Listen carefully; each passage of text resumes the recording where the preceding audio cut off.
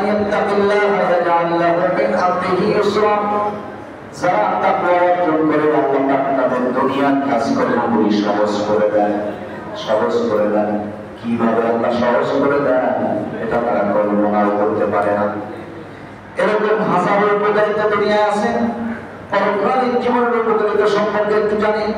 আল্লাহ রাব্বুল আলামিন সূরা মারইয়াম 16 নম্বর পারায় নাযিল করলেন, ওয়া ইন মিনকুম ইল্লা ওয়ারিদুহা কানা আলা রাব্বিকা মারদিয়া।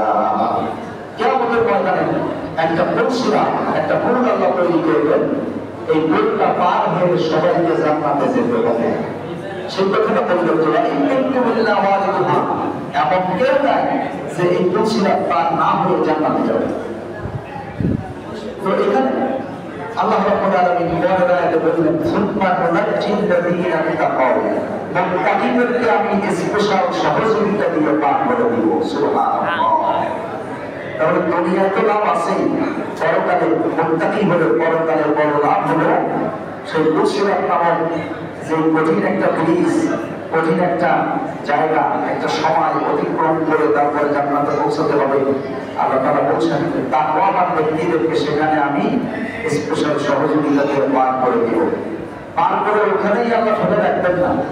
বুসরাত পার হওয়ার পরে ফেরেশতারা সারিবদ্ধভাবে লাল গালিচা সংবর্ধনা দিতে দিতে তাদেরকে জান্নাতে নিয়ে যাবে। মুত্তাকিদের وسيق الذين اتقوا ربهم إلى الجنة زمرا حتى إذا جاءوها وفتحت أبوابها وقال لهم خزنتها سلام عليكم طبتم فادخلوها خالدين। আল্লাহ বলছেন ফেরেশতারা সারিবদ্ধ হয়ে তাদেরকে লাল গালিচা সংবর্ধনা দিতে দিতে এরপরে জান্নাতে ঢুকিয়ে দিবেন। প্রিয় ভাই, এখন সেই তাকওয়ার মধ্যে এত লাভ আছে, আর সেই তাকওয়া অর্জন করার পথ দেখায় কোরআন। সেই তাকওয়ার শিক্ষা গ্রহণের জন্য আল্লাহ রমজানের বিধান দিলেন, রোজা বিধান। তো সেই তাকওয়া আমরা কেমনে অর্জন করবো একটু আল্লাহ তাআলার কাছ থেকে জেনে আসি। আল্লাহ তাকওয়ার মধ্যে এত লাভ, তো আমরা তো মুত্তাকি হতে চাই, কিন্তু আমরা মুত্তাকি হব কেমনে? আল্লাহ রাব্বুল আলামিন জবাব দিয়ে দিলেন, قرآنا عربيا غير ذي عوج لعلهم يتقون। قرآنا عربيا, আমি আরবি ভাষায় যে কোরআন দিলাম আমার নবীর মাতৃভাষায়, এই কোরআনের মধ্যে কোনো বক্রতা নাই। এটা খুব সহজ ভাষা, যে কোনো ভাষাভাষী মানুষের জন্য সহজ করে দিলাম, লাআল্লাহুম ইয়াত্তাকুন, যাতে তারা তাকওয়া অর্জন করতে পারে। তাহলে তাকওয়া অর্জন করতে সর্বপ্রথম আমাদের যে জিনিসটা দরকার সেটা হলো কোরআন। সেটা কি?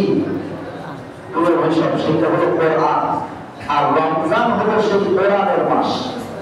আমরা কিন্তু আমাদের রমজানকে কোরআন দিয়ে উদযাপন করতে পারতেছি না।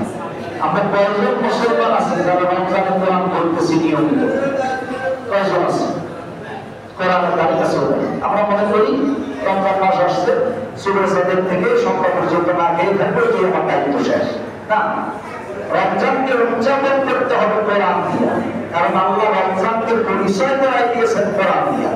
শাহরুর রমাদান আল্লাযী উনজিলা ফীহিল কোরআন, আল্লাহ রমজানকে পরিচয় করাইছেন কোরআন দিয়া, রোজা দিয়া না। সুতরাং রমজানের মূল পরিচয় হলো কোরআন। আর রমজান দিয়েছেন আল্লাহ তাকওয়া অর্জনের জন্য। সেই তাকওয়া অর্জন করতে গেলে কোরআন ছাড়া তাকওয়া অর্জন করা সম্ভব না। কেন সম্ভব না? এ ব্যাপারে দুটি উদ্ধৃতি দিয়ে আমি শেষ করতে চাই। সেটা হলো, আমরা আমাদের মায়ের পেট থেকে যখন পৃথিবীতে ভূমিষ্ঠ হয়েছি, তখন আমরা একটা ফাঁকা দেহ নিয়ে আসছি। আমাদের এই দেহের মধ্যে কোনো জ্ঞান ছিল না। আল্লাহ নিজেই বলেছেন, আল্লাহু আখরাজাকুম মিন বুতুনি উম্মাহাতিকুম লা তা'লামুনা শাইআ। তোমাদের মায়ের পেট থেকে যখন আমি বের করে আসলাম, তখন তোমার দেহের মধ্যে কোনো জ্ঞান ছিল না। আচ্ছা, আপনারা ভিতরে যারা আছেন, কথা না বললে কি মারাত্মক